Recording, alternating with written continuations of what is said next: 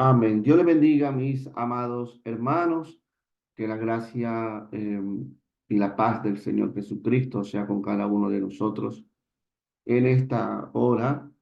Dios siga fortaleciendo las vidas de cada uno de ustedes. Vamos a continuar, como cada sábado, nuestro estudio sobre la doctrina.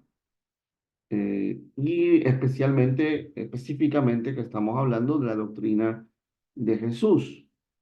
Y habíamos visto algunas cosas sobre la naturaleza humana de Cristo, su nacimiento, ¿verdad? Y algunas cualidades que lo definen, oh, ¿verdad? Como ser humano. Amén. Que Cristo vino a la tierra como ser humano. La Biblia dice que le fue preparado cuerpo, que él entró al mundo por una mujer, nacido de una mujer y nacido bajo la ley, es decir, que nació como un hombre judío. Amén. Y nos habíamos quedado la última clase sobre la humanidad de Jesús, hablando de sus emociones, ¿verdad? Que Cristo tuvo emociones, gloria al nombre del Señor. Es decir, las emociones van ligadas a lo que se habla de la psicología, ¿verdad? El estudio de las emociones del ser humano. Así que Cristo va a manifestar emociones en su caminar aquí en la tierra como hombre, que claramente van a definir su humanidad. Así que, mis amados, vamos a empezar levantando una oración a nuestro Padre Celestial. Amén, gloria a Dios. Padre que estás en los cielos, Señor, te damos gracias por un día más que tú nos concedes, Dios mío, de poder estudiar tu palabra. Aún en medio de las circunstancias, aún en medio, Señor, de las dificultades, Padre, nosotros queremos seguir alabándote, queremos seguir adorándote con nuestras debilidades, con nuestras luchas. Tú conoces nuestro ser, tú conoces el corazón de cada uno de nosotros, Padre. En esta hora, Dios mío, queremos tener la actitud de María, Señor, que estuvo a tus pies como discípulo, Señor, dispuesta a oír, a recibir tu palabra. Y tú dijiste de ella que tomó la mejor parte, la cual no le será quitada. Y en esta hora también nosotros, Señor, nos ponemos a tus pies para recibir la mejor parte, la que nunca nos será quitada, Dios mío. Yo te doy alabanza, te doy adoración, Padre eterno, en el nombre del Cristo, siempre triunfante, el caballero de la cruz. Amén y amén. Gloria al nombre de Cristo. Amén. Dios bendiga a nuestra hermana eh, Ana Julia también que se suma. Gloria al Señor. Espero que haya pasado también un bonito cumpleaños en estos días. Gloria al nombre de Cristo. Amén. Vamos a continuar entonces, mis amados, eh, hablando en torno a la humanidad de Jesús y a seguir enfocándonos en las emociones que Cristo manifestó en la tierra. Vimos la semana pasada que Cristo fue compasivo, Cristo tuvo compasión, Cristo manifestó la emoción de la compasión, él tuvo compasión. Y fíjese que Cristo, en este tema de la compasión, él manifestó esa compasión de diversas maneras. Una compasión por la vida espiritual del pueblo, que estaban como ovejas sin pastor, como habíamos visto. Y él tuvo compasión de esa gente, de su vida espiritual, sin guía, sin líder, sin quien les llevara a buenos pastos. Y es ahí donde el Señor le pide a sus discípulos y a nosotros que oremos. Una de las oraciones o las peticiones que debe haber en nuestras oraciones al Padre es que Él envíe siempre obreros a su mies, es decir, guías espirituales que muestren el camino a esas almas que están errantes, que están como ovejas sin pastor, que no saben a dónde ir, que no saben cómo llegar, que están engañados, confundidos. O sea, mire la preocupación que tuvo Cristo. O sea, una preocupación importante eh, para las naciones, eh, no solamente para el pueblo de Israel. Entonces le dice, a la verdad la mies es mucha, el campo para cosechar es mucho, el mundo entero. Por eso le dice, rogad al Señor de la mies, porque esto no es humano, ¿verdad? Esto tiene que ser un llamado del Señor, pero hay que orar al Señor para que Él pueda capacitar, tratar, poner en el corazón el querer como el hacer en su buena voluntad, para que Él pueda enviar a aquellos hombres a saciar, a mitigar la sed espiritual. Y esa es la compasión que tiene nuestro Dios. Vimos también una compasión física, ¿no? Que no solamente se basaba en el área espiritual, sino también en el área física, en el hambre que tuvieron aquellas personas que estaban 3 días sin comer, escuchando la palabra de Dios. Y eso también es un llamado a nosotros de que sí, es muy importante que demos a la gente lo espiritual, que nos preocupemos por darle el alimento espiritual, que es lo primario, pero que nunca olvidemos también el poder ayudar, el poder suplir las necesidades físicas de la gente, el poder darle alimento, sustento, abrigo, ayudarlos de alguna manera, es parte también del cristianismo. Gloria sea el nombre del Señor. Así que Dios bendiga a nuestra hermana Cecilia que se suma. Vemos cómo el Señor Jesucristo tuvo compasión. Amén. Gloria al nombre de Cristo. Entonces vamos a continuar el día de hoy. Vamos a ver cómo Cristo también, en su forma humana, va a sentir algo que Dios es imposible que sienta. Dios en su esencia, Él no puede sentir la agonía de la muerte ni el temor de la misma. Eso es algo propio del ser humano, porque el ser humano, a causa del pecado, pues sucumbió, ¿verdad? A la muerte física. El Señor decretó claramente y le dijo al hombre, del polvo fuiste tomado y al polvo volverás. Entonces Cristo tuvo que vestirse, tuvo que tomar esta figura humana sin ser pecador, vestirse de pecador, tomar la forma de un pecador, que es el ser humano, de este modo sentir lo que es la agonía, lo que es el temor delante de la muerte, cosa que experimenta mucha gente. Vamos a leer en Lucas, capítulo 22. Alabado sea el nombre del Señor. Amén. Vamos al Evangelio según el hermano Lucas, capítulo 22. Cristo vive. Amén. Vamos a considerar el versículo 39 al 44. Lucas, capítulo 22, versículo 39. Dice la palabra del Señor.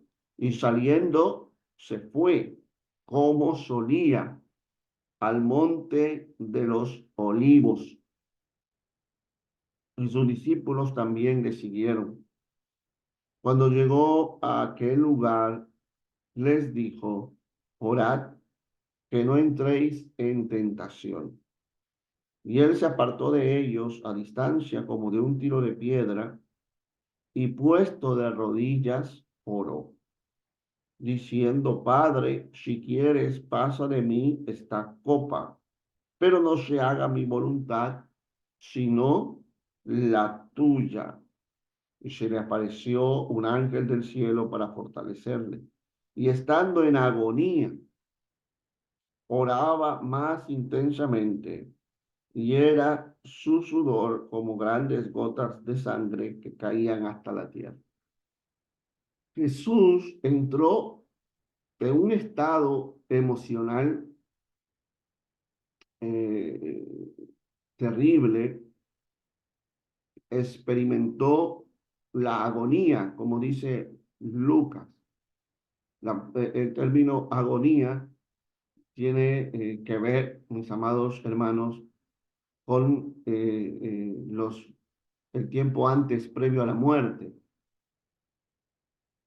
Se dice que pues, el ser humano tiene que experimentar esa, esa agonía. Cristo la experimenta en medio de su oración, en medio de su clamor, porque él sabía que ya su tiempo estaba contado en la tierra y que tenía que cumplir la labor principal, la misión principal por la cual él había venido. Y sintió como humano temor, como ser humano, él experimentó el miedo, el temor en un momento, en el momento previo a enfrentarse a la muerte. Sin embargo, Cristo fue fortalecido, gloria al nombre del Señor, por el Padre Celestial. Envió un ángel para fortalecer el alma, el corazón, la mente del Señor Jesucristo. Bendito el nombre del Señor. Y todo esto lo experimentó por amor a nosotros. O sea, fíjese cuán grande es el amor de Dios. Por eso me encanta mucho cuando el apóstol Juan escribe y dice: mirad cuán grande es el amor de Dios. Mirad, observar, analiza cuán grande es el amor de Dios por nosotros, por los seres humanos, que Cristo tuvo que experimentar esto para poder salvarnos, salvar a todo aquel que cree en Él, a todo aquel que lo recibe, a todo aquel que reconoce su necesidad. Y Él tuvo que experimentar el miedo, tuvo que experimentar la agonía, tuvo que experimentar el temor delante de la muerte. Gloria al nombre del Señor.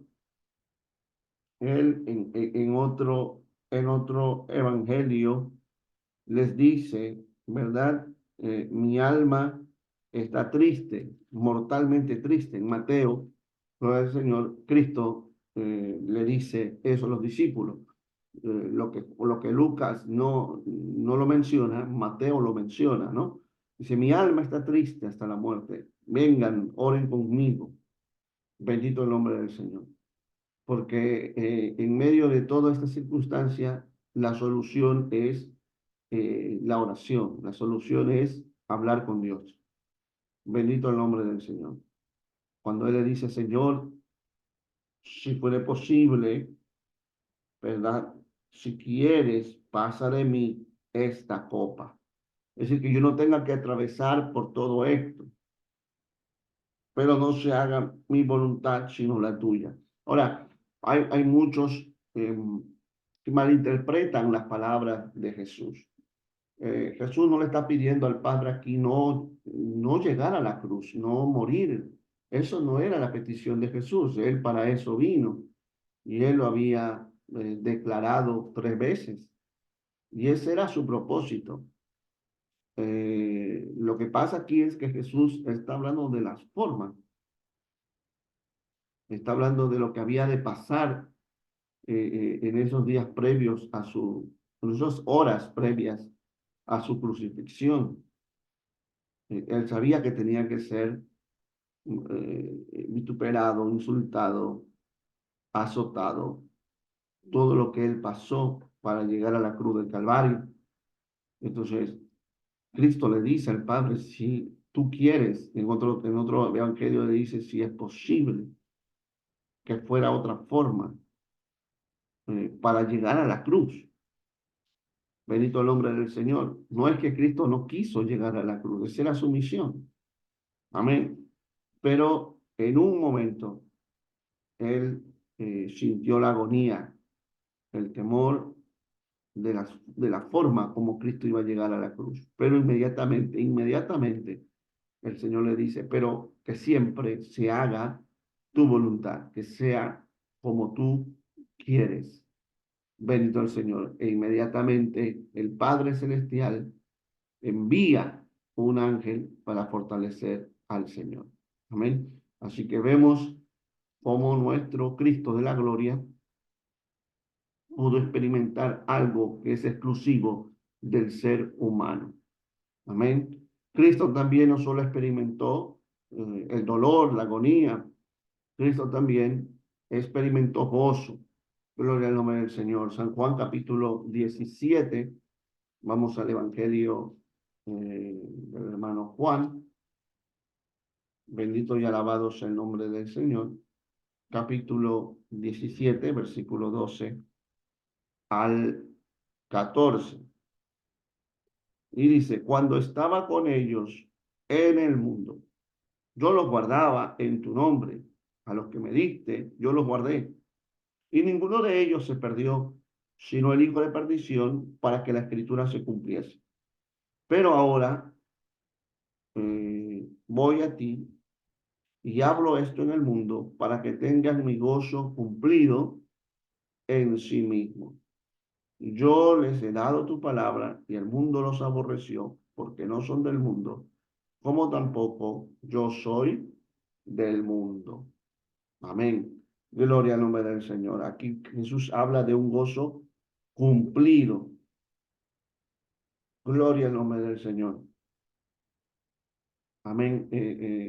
Cristo en muchas ocasiones sintió gozo, sintió alegría. En el gozo del Señor ver a la gente venir al Padre. En un momento dado el Señor Jesucristo le dijo, te alabo, Padre, porque escondiste estas cosas de los sabios, de los eruditos, mas se las revelaste a estos pequeñitos. Y ese era el gozo del Señor. El Señor se gozaba cuando un pecador venía y creía en él. El Señor se gozó con Saqueo. El Señor se gozó con aquellos que le siguieron. Bendito el nombre del Señor. Así que la alegría, el gozo, amén, la felicidad eran parte de las emociones del Señor Jesucristo. Jesús no era un ser sin emociones, ¿verdad? No era un ser que no se identificara con nosotros. Al contrario, Cristo se identificó, fue uno de nosotros, se hizo hombre y habitó con nosotros y pudo experimentar lo que tú y yo experimentamos. Y esa es la confianza que tenemos, que hay un sumo sacerdote, ¿verdad? Que no es ajeno a lo que tú pasas, sino que se compadece, como vimos, ¿verdad? El primer punto, de nosotros, de nuestras debilidades. Alabado sea el Señor. Amén. Pero también sintió, experimentó emociones que tú y yo experimentamos también, como el enojo, como la ira, pero aquí tengo que recalcar algo. Todas estas cosas, el enojo, la ira, ¿verdad? El coraje que podemos encontrar en Cristo, no fueron obras carnales, porque Cristo, aunque fue humano, no anduvo en la carne, no se dejó dominar por las pasiones humanas, por la naturaleza humana. Por eso que Él también nos exhorta a nosotros a vencer. Si Él venció, nosotros también podemos vencer a la naturaleza humana que tenemos, que no debe reinar en nosotros, sino la naturaleza espiritual. El enojo, la ira que el Señor sintió es una ira santa, como se le llama, una ira que Dios siente, porque Dios se enoja con el ser humano, ¿verdad? Dios se enoja en su santidad, bendito el nombre del Señor. No fue un enojo movido por la carne, movido por una herida a nuestro orgullo, porque nosotros nos enojamos porque nuestro orgullo es lastimado, porque nuestra reputación es, ¿verdad?, puesta en tela de juicio, puesta en tela de juicio. Así que, mis amados, eh, eh, sepamos diferenciar eso. Alguien que lea, por favor, Marcos 3, 5.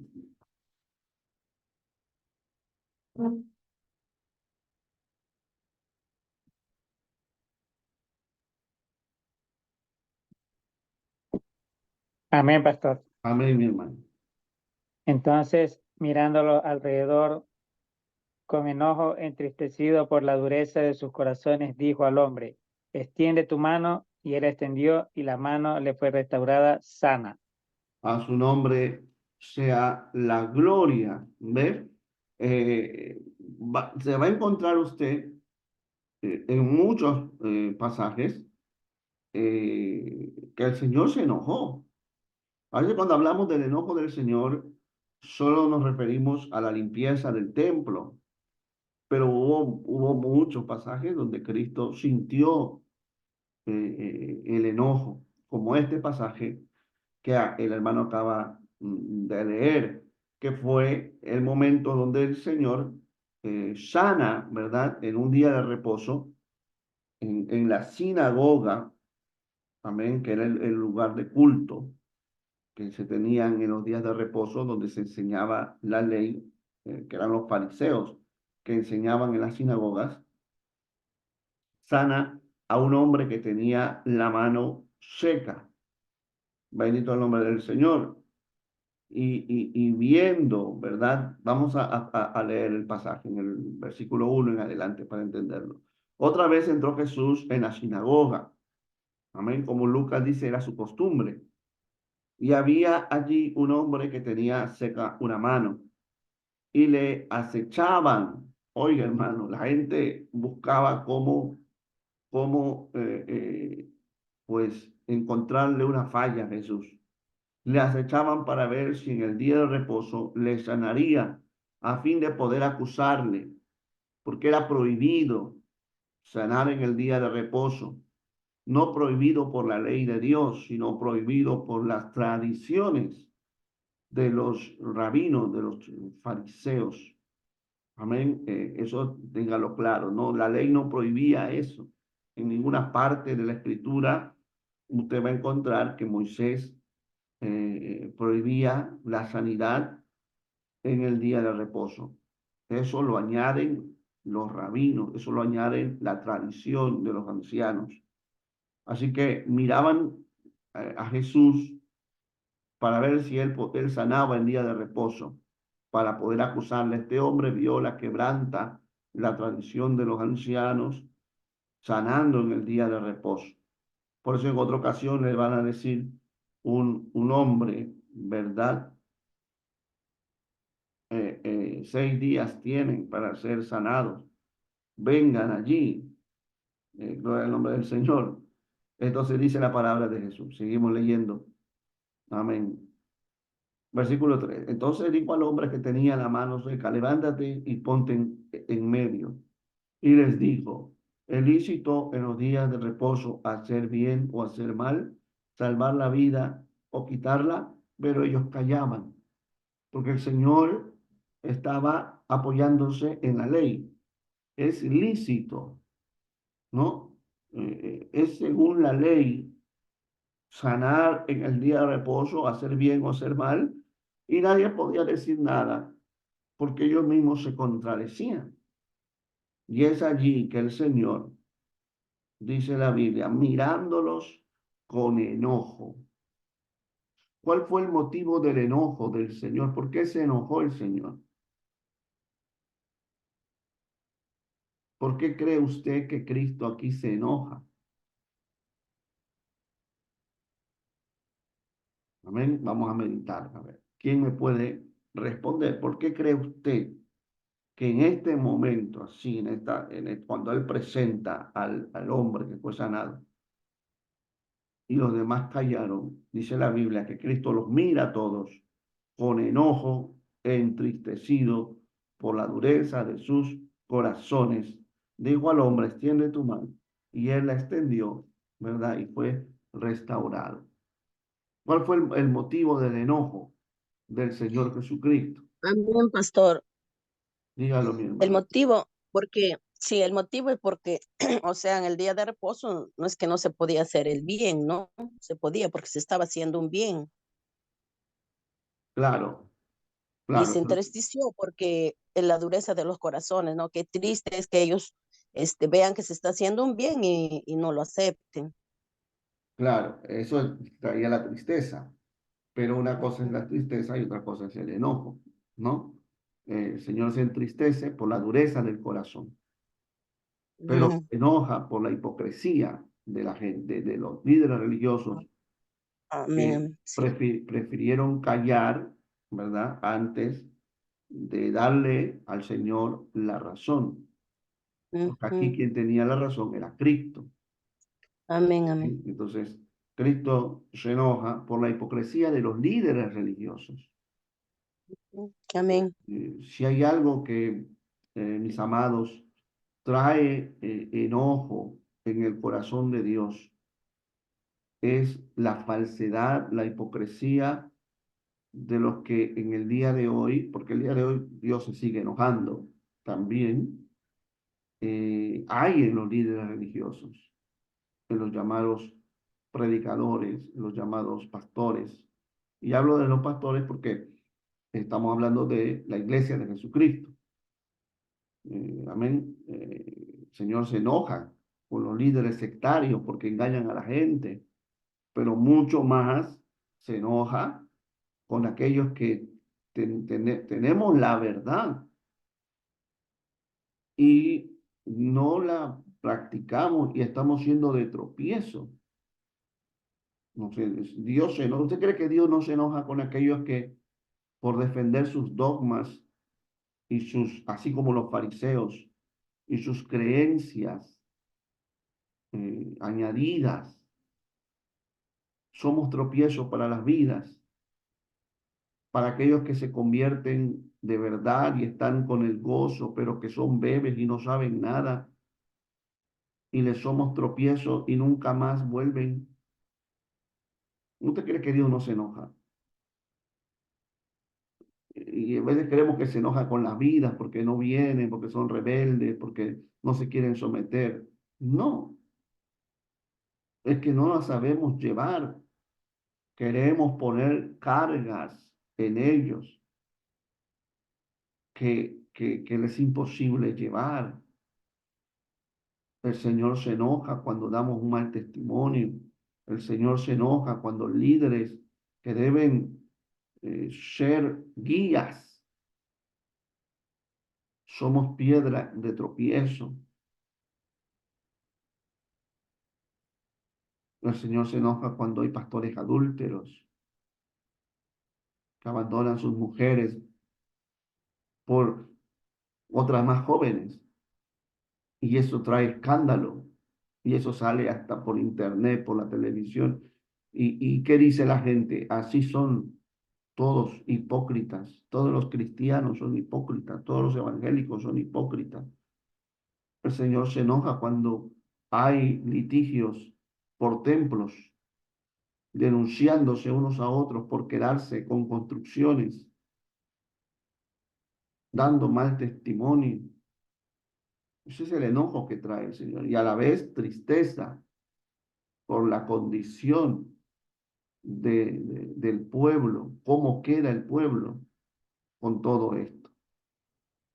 cómo estaba el pueblo endurecido por la mala enseñanza, endurecido por los dogmas farisaicos, y el Señor se enoja. Ahora, el Señor se enojó también en la limpieza del templo, el Señor se enojó también cuando los discípulos, el Señor se enojó con sus discípulos.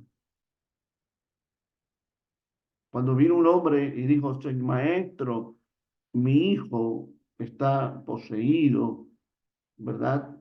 El demonio lo tira una vez al fuego, otra vez al mar, lo quiere al agua, lo quiere ahogar, lo quiere quemar. Y yo lo he traído a tus discípulos para que lo liberten y echen fuera al demonio y no pudieron hacerlo. ¿Y qué dijo Jesús? Generación incrédula. Oh generación incrédula, ¿hasta cuándo os habré de soportar? ¿Hasta cuándo estaré con vosotros? ¿Hasta cuándo os habré de soportar? Y mandó a traer al muchacho. Y cuando los discípulos estaban con Jesús, redarguidos por las palabras de Cristo, ellos le preguntan, ¿por qué no pudimos hasta echar fuera el espíritu inmundo? Por vuestra poca fe. El Señor se enoja cuando no hay crecimiento espiritual en nosotros los cristianos, que debiendo ya ser maestros, todavía estamos con la necesidad de la leche espiritual, dice la Biblia. O sea, ¿hasta cuándo, dice el Señor? ¿Hasta cuándo os habré de soportar? ¿Hasta cuándo voy a esperar que den fruto? ¿Hasta cuándo? O sea, vemos que el Señor Jesús no solamente se enojó en la limpieza del templo, sino que en muchas más ocasiones en los evangelios. Amén. Gloria al nombre del Señor. Recuerdo que usted puede preguntar. Amén. Vamos a continuar también con otra emoción que tuvo el Señor, que Jesús lloró. Amén. Jesús lloró y más de una vez. Vamos al Evangelio del hermano Juan, capítulo 11, versículo 35. Sea Cristo glorificado. Amén. Evangelio según el hermano Juan, capítulo 11, versículo 35. Vamos a ver qué dice la palabra del Señor. Mi alma te alaba, Jesús. Vamos a leer entonces el pasaje. Mis amados. 11:35. Dice la palabra del Señor. Amén. Bueno, Jesús lloró, pero vamos a leer versículos anteriores.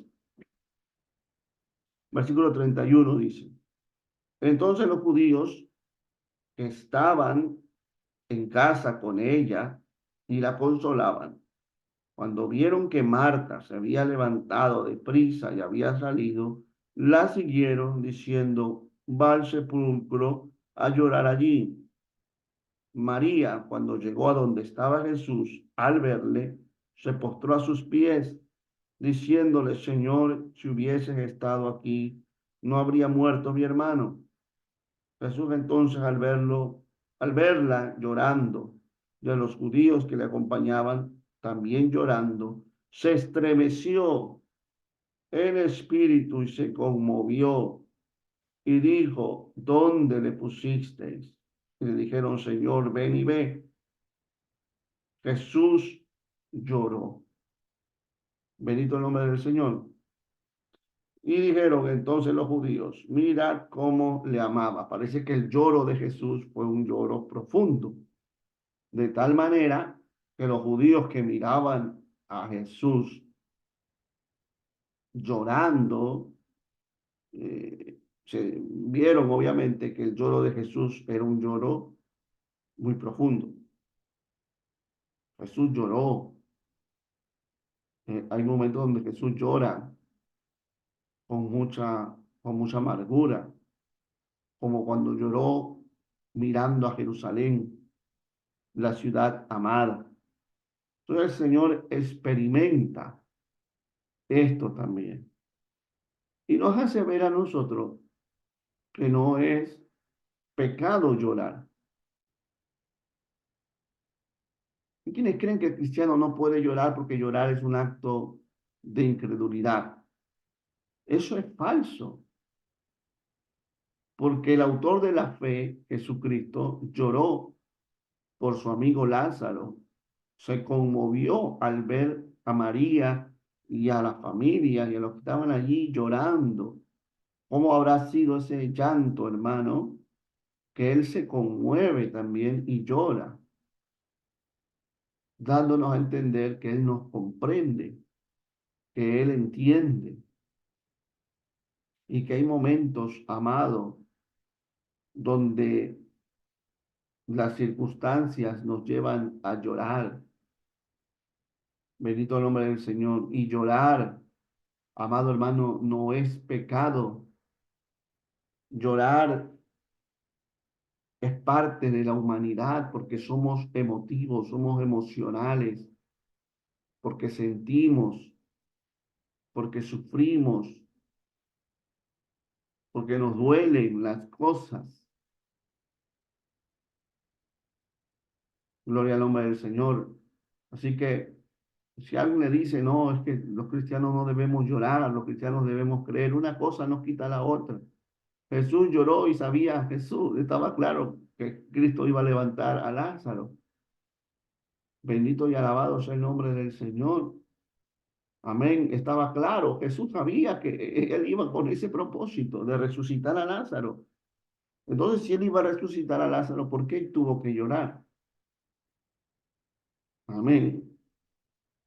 Pues Jesús lloró porque fue un ser humano, porque sus emociones fueron tocadas. Bendito el nombre del Señor, porque se conmovió al ver a María, al ver a la gente así, y fue a la tumba de Lázaro y lloró en la tumba de Lázaro. Hermano, a veces mm, creamos un evangelio insensible. Nosotros sabemos que nuestros familiares o las vidas que teníamos aprecio en vida y que ahora pues partieron, no están propiamente en esos sepulcros, ¿no? Porque sus almas partieron. Pero eso no quiere decir, hermano, que si un creyente va y llora, está cometiendo un pecado o se va al infierno.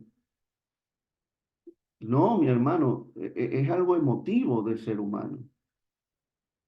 Es algo intrínseco del ser humano. Algo que está dentro de nosotros. ¿Por qué María Magdalena y las mujeres fueron, después del día de reposo, a la tumba de Jesús, el sepulcro de Jesús? ¿Por qué fueron allá? No fueron para verlo resucitado. Ellos no esperaban ver a Cristo resucitado. No dijeron, vámonos, que Cristo va a resucitar y vamos a verlo. No, no fueron con esa intención. ¿Con qué intención fue María Magdalena y las mujeres al sepulcro de Jesús? Dice la Biblia que llevaron especie de aceites, de perfume, ¿verdad? Esencias aromáticas para el cuerpo del Señor Jesús. Ellos sabían que lo que estaba ahí era el cuerpo solamente de Jesús. Como judíos entendían que el alma y el espíritu ya no estaban allí. Y ellos fueron, gloria al nombre del Señor, pues a perfumar el cuerpo inerte, el cuerpo muerto de su maestro,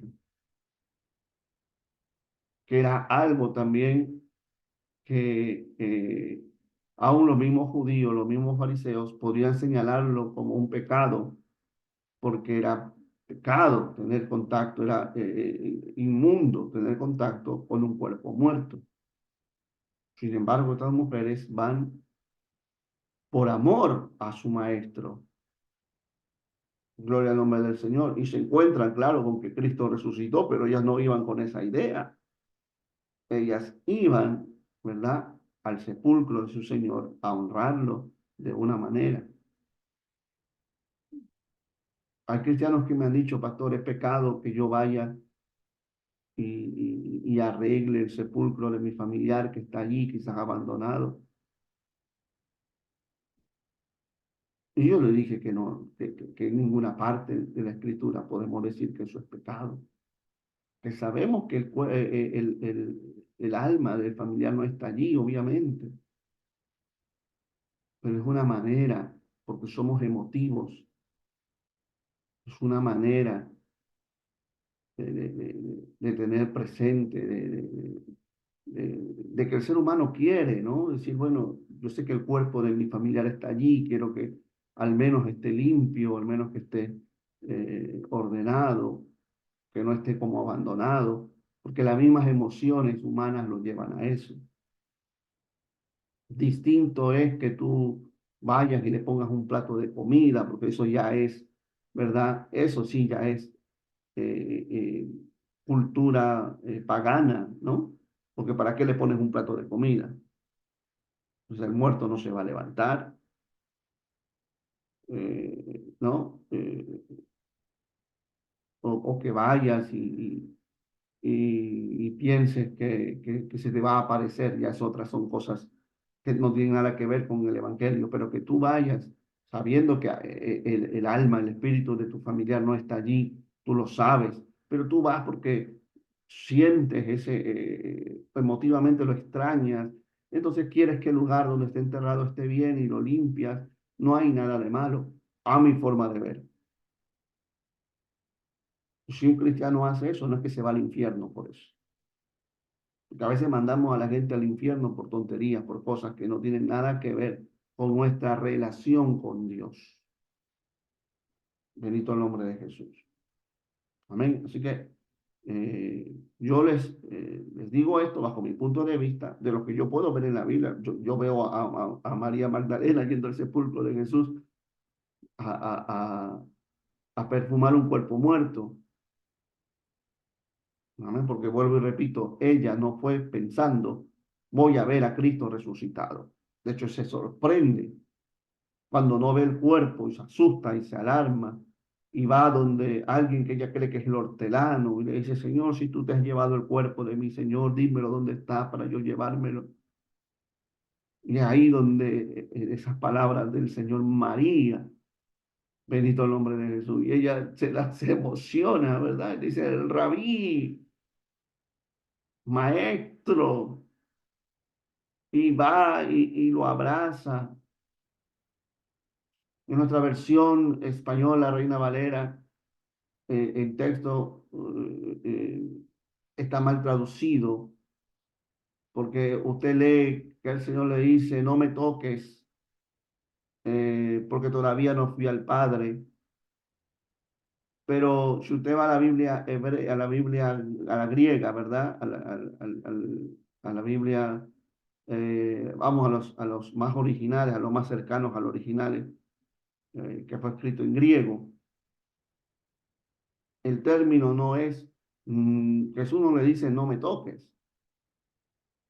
Jesús le dice, suéltame, que todavía no voy al Padre. Es decir, imagínese a María viendo a su Señor resucitado y póngase en la piel de María. María no lo quiso dejar ir. María dijo, otra vez tengo a mi maestro y ahora no lo voy a dejar partir. Y va y lo abraza y lo sostiene y no lo suelta. Y es allí donde el Señor le dice, que traducido en nuestro español le dice, no me toques, pero lo que el Señor le dice es, suéltame, déjame, que aunque parece igual, no es igual, no es lo mismo. Déjame, suéltame, como diciéndole tranquila, que todavía no me voy, todavía no subo al Padre, porque Jesús se quedó 40 días con los discípulos. Y una vez que pasaron esos 40 días, Cristo asciende al cielo, al Padre. Ahí sí sube al Padre. Bendito el nombre del Señor. Amén. No sé si usted quiere preguntar algo, pero bueno, vamos a seguir. Gloria al Señor. Entonces Cristo lloró en la tumba de Lázaro. Gloria al nombre de Jesús. Mostrando también que Cristo manifestaba, ¿verdad? Esta emoción. A Cristo no era de metal, Cristo no era un corazón duro. Cristo también se quebrantaba. Así que no es malo que usted llore por sus problemas, que usted llore por su familia, que usted llore por algunas cosas que pasan. No es pecado, no es malo, es parte de nuestra humanidad. Cuando estemos allá arriba, estemos en un nuevo cuerpo de gloria, transformado, entonces allí el Señor enjugará toda lágrima de nuestros ojos y no lloraremos más. Alabado sea nuestro Dios. No porque no tengamos emociones, sino que ya no va a haber razón de llorar. Ya no va a haber, amado hermano, motivo para llorar. Gloria al Señor. Todo va a ser gozo, felicidad. Amén. Otra emoción que Cristo pasó es que Él fue tentado. Por eso que la Biblia dice en el libro de Hebreos que Él fue tentado en todo, pero sin pecado. Y la tentación, digamos, el pasaje del cual siempre usamos para hablar de la tentación de Jesús, se encuentra en Mateo 4, del 1 al 11, ¿no? Que nos habla de las tres tentaciones eh, que tuvo Cristo, ¿verdad? Que tuvo nuestro Señor eh, por Satanás. Bendito el nombre del Señor. Que ya lo hemos visto, no lo vamos a leer todo. Amén. Si tú eres hijo de Dios, manda que estas piedras se conviertan en pan. Eh, También allí hay una mala interpretación muchas veces. Muchos, es que póngase a pensar, hermano. Muchos predicadores dicen que lo que el diablo quiso allí fue meterle duda a Jesús. Y yo le pregunto, hermano, usted analice, eh, ¿Cristo podía dudar de que él era hijo de Dios? Aquel Cristo que de 12 años fue al templo y se quedó y le dijo a María cuando lo encontró, ¿por qué me buscáis si en los negocios de mi Padre me conviene estar? Aquel Cristo que entró a la sinagoga y dijo, leyendo Isaías 61, que en ese tiempo no era 61, ¿verdad? No había capítulo. El Espíritu de Dios es sobre mí por cuanto me ha ungido Dios y le dice, hoy se ha cumplido esta palabra delante de vosotros. O sea, el que menos podía dudar era el propio Cristo. El plan de Satanás, la tentación de Satanás no era meterle duda a Jesús, porque era algo tonto, era algo que era innecesario. Satanás no quiso meterle duda a Jesús. Lo que Satanás dice, ya que tú eres hijo de Dios, si tú eres el hijo de Dios, le afirma, manda que tienes hambre, porque Jesús tenía hambre, como diciéndole, ¿qué te haces problema?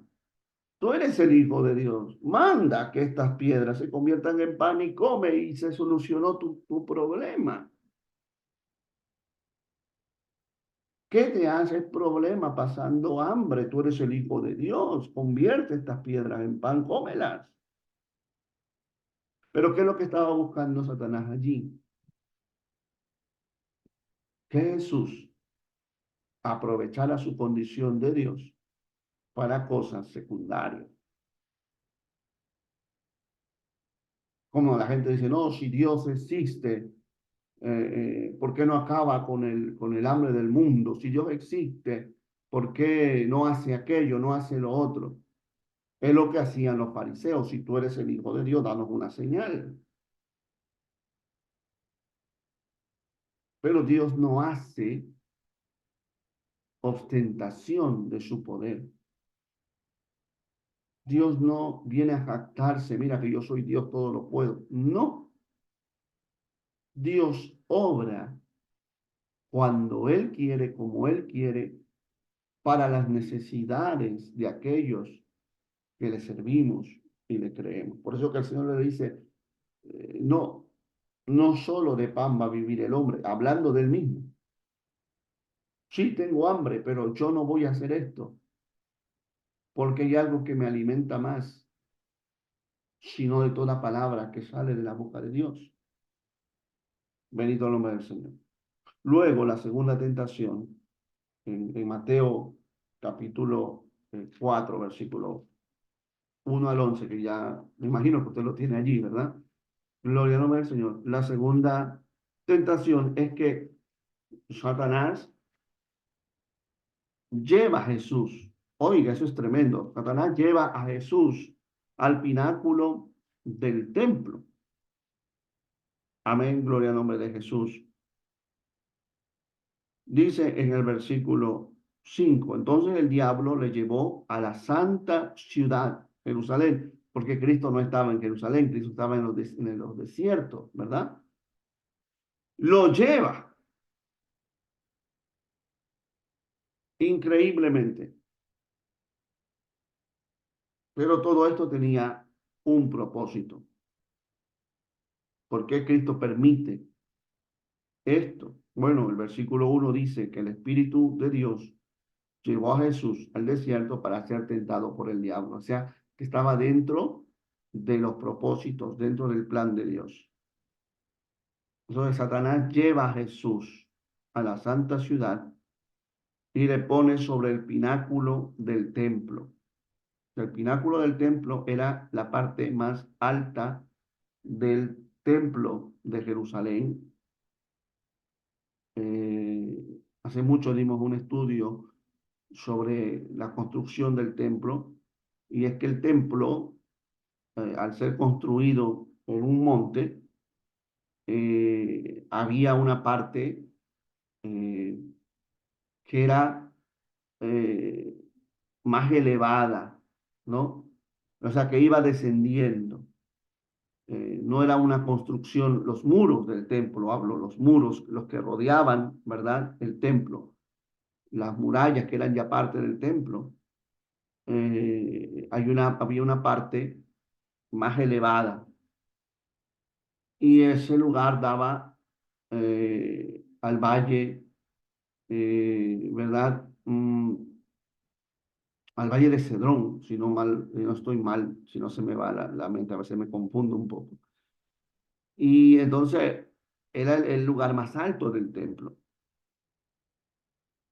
Y de allí Satanás lo pone y le dice, si eres hijo de Dios, échate abajo. Otra vez, no el que le quiere poner duda. A veces nuestras traducciones nos traen un poco de problema. Pero le dice, tú eres hijo de Dios. O sea, no te va a pasar nada. No te va a pasar nada. Tírate y porque escrito está, a sus ángeles le mandará cerca de ti, para que en tus manos te sostendrán para que no tropieces con tu pie en piedra. Porque hay salmos mesiánicos, hay salmos que hablan propiamente de Jesús. Entonces Satanás cita este salmo y le hace ver, mira, lo que la escritura dice de ti. Así que no tienes problema, tírate, que los ángeles te van a sostener. Y la respuesta del Señor es, escrito está también, no tentarás al Señor tu Dios. Amén. Sí, hay promesa de que Dios guarda, pero la protección de Dios también está, hermano, viene en consecuencia de que no tentemos a Dios. A veces como cristianos creemos que, bueno, yo soy cristiano, entonces Dios va a estar conmigo siempre y nada me va a pasar. Y si yo sé que una botella contiene veneno, pues yo me la puedo tomar porque Dios va a estar conmigo, Dios me va a guardar. La Biblia dice, tomarán cosas mortíferas y no les hará daño. No, no, no, no, no, no, no.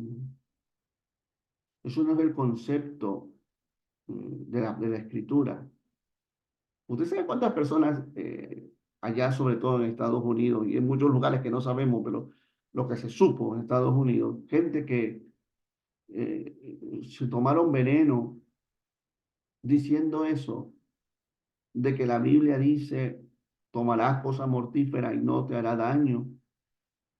Y ellos dijeron, la Biblia lo dice y mire que vamos a hacerlo porque tenemos fe. Hermano, y se murieron todos y salió en las noticias. Hace décadas atrás hubo un culto donde trajeron serpientes de esas iglesias fanáticas sin entendimiento. Y el pastor, llamado pastor, mandó a los creyentes a meter la mano dentro del cubo que tenían las serpientes, que eran venenosas. Y ellos dijeron, sacaron ese pasaje en Marcos, ¿no? Como Satanás, escrito está, ¿no? Tomarán serpientes y, ¿no? O como Pablo, que fue mordido, pero lo de Pablo fue distinto. Pablo no fue a buscar una serpiente, a que lo mordiera. Ahora vamos a hablar de eso un poquito.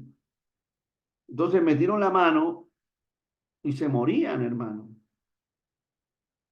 Y ellos pensaban que el Señor los iba a resucitar, no resucitaron nada. Y todo eso salió en las noticias y un escándalo. Como hace poquito salió, estaba viendo en esta mañana, en la República Dominicana, un hombre, un creyente, bueno, no sé si era creyente, pero la tía de él era pastora, 11 días de muerto, teniéndolo allí, porque Dios dijo que lo iba a resucitar. Y los vecinos llamando a la policía que eso apestaba. Entonces, mis amados, eh, una cosa es la fe, pero la fe está sujeto a la soberanía de Dios, y otra cosa es la locura, el falta de entendimiento. Si yo sé que voy a pasar por un lugar peligroso donde hay delincuentes y roban y matan, y yo puedo pasar por otro lugar, yo no digo, yo soy cristiano, paso por aquí en el nombre de Jesús. No, yo me voy por otro lugar. Ahora, si no hay otro camino, pues que el ángel de Jehová me acompañe. Eso es diferente, ¿no? Pero yo decir, yo pudiendo irme por otro lugar, me voy a meter por un callejón donde sé que hay ladrones y asesinos porque yo soy cristiano y nada me va a pasar, eso es tentar a Dios. Eso es tirarse del pináculo del templo, esperando que Dios mande sus ángeles a sostenernos.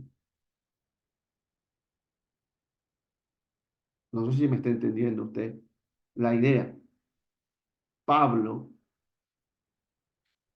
en la isla de Malta, él no estaba buscando serpientes para que lo muerdan y que la gente vea que Dios lo va a sanar.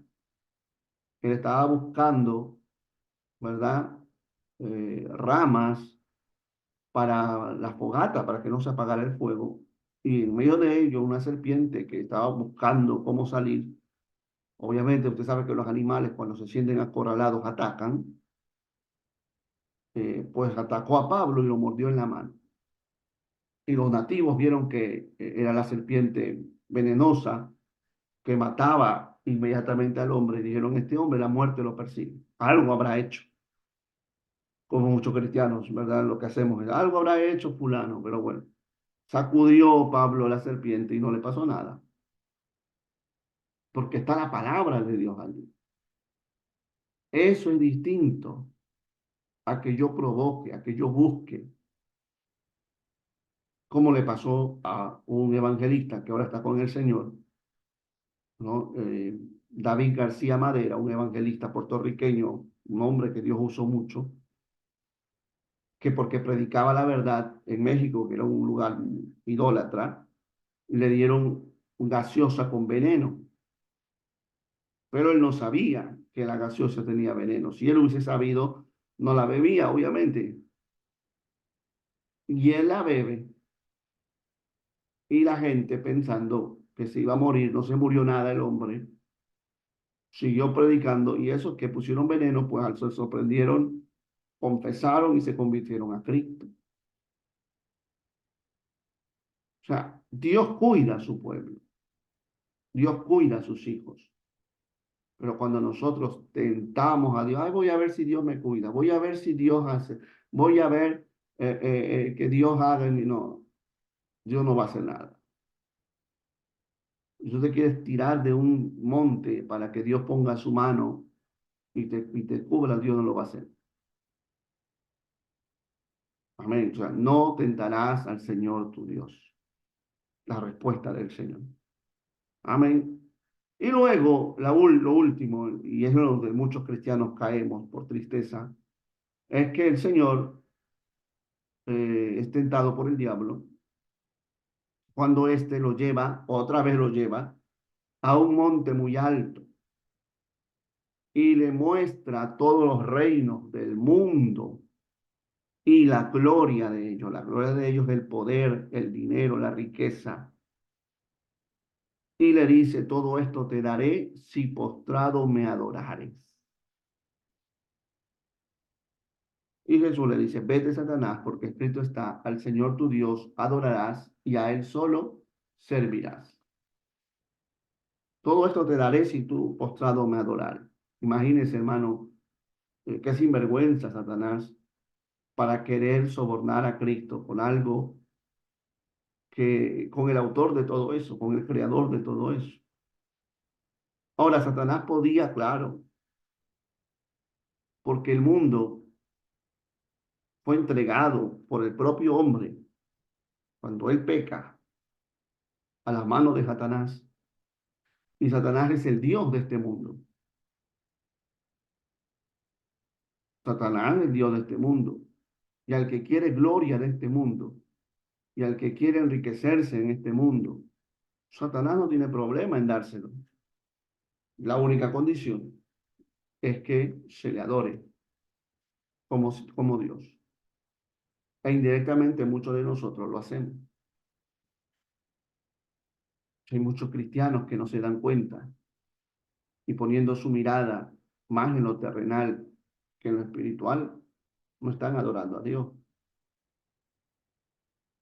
Y eso sí es un problema grande.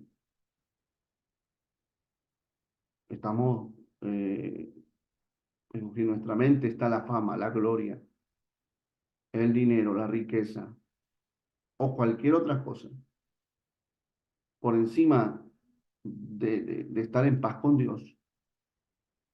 Estamos siguiendo el juego a Satanás. Y eso es muy, muy peligroso, mis amados hermanos. Gloria al nombre de Jesús. En el libro de Hebreos, no está aquí, pero yo quiero que usted me acompañe, el libro de Hebreos. Bendito el nombre del Señor. Vamos a leer en el capítulo 2.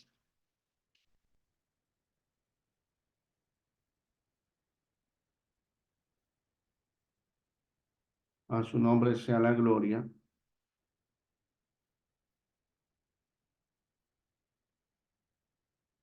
Vamos a considerar el versículo 18. Amén. Dice la palabra del Señor, versículo 18, capítulo 2 de Hebreos, versículo 18. Pues en cuanto él mismo padeció, siendo tentado, es poderoso para socorrer a los que son tentados. Alabado sea nuestro Dios. Amén. Gloria al nombre de Cristo. O sea, él habiendo sido tentado, es poderoso para guardarnos a los que somos tentados, es decir, de librarnos de la tentación, para no caer en la tentación. Y si usted lee, venga conmigo al capítulo 4 de Hebreos, versículo 14 en adelante, pasaje precioso. Si usted lo quiere marcar, lo marca, porque es uno de los pasajes muy lindos. Mire, Hebreos 4, del versículo 14 al 16. Dice, por tanto, teniendo un gran sumo sacerdote que traspasó los cielos, Jesús, el Hijo de Dios, retengamos nuestra profesión, porque no tenemos un sumo sacerdote que no pueda compadecerse de nuestras debilidades, sino uno que fue tentado en todo, según nuestra semejanza, es decir, según como hombre, porque Cristo es hombre, lo que estamos estudiando, pero sin pecado. Acerquémonos pues confiadamente al trono de la gracia para alcanzar misericordia y hallar gracia para el oportuno socorro. O sea, Cristo se compadece cuando somos tentados, cuando tú y yo tenemos esas luchas. Hay cristianos que son más, son cristianos de nombre, pero de espíritu católico. Me explico. El catolicismo enseñó por mucho tiempo, ¿verdad? Enseñaba acerca de la culpa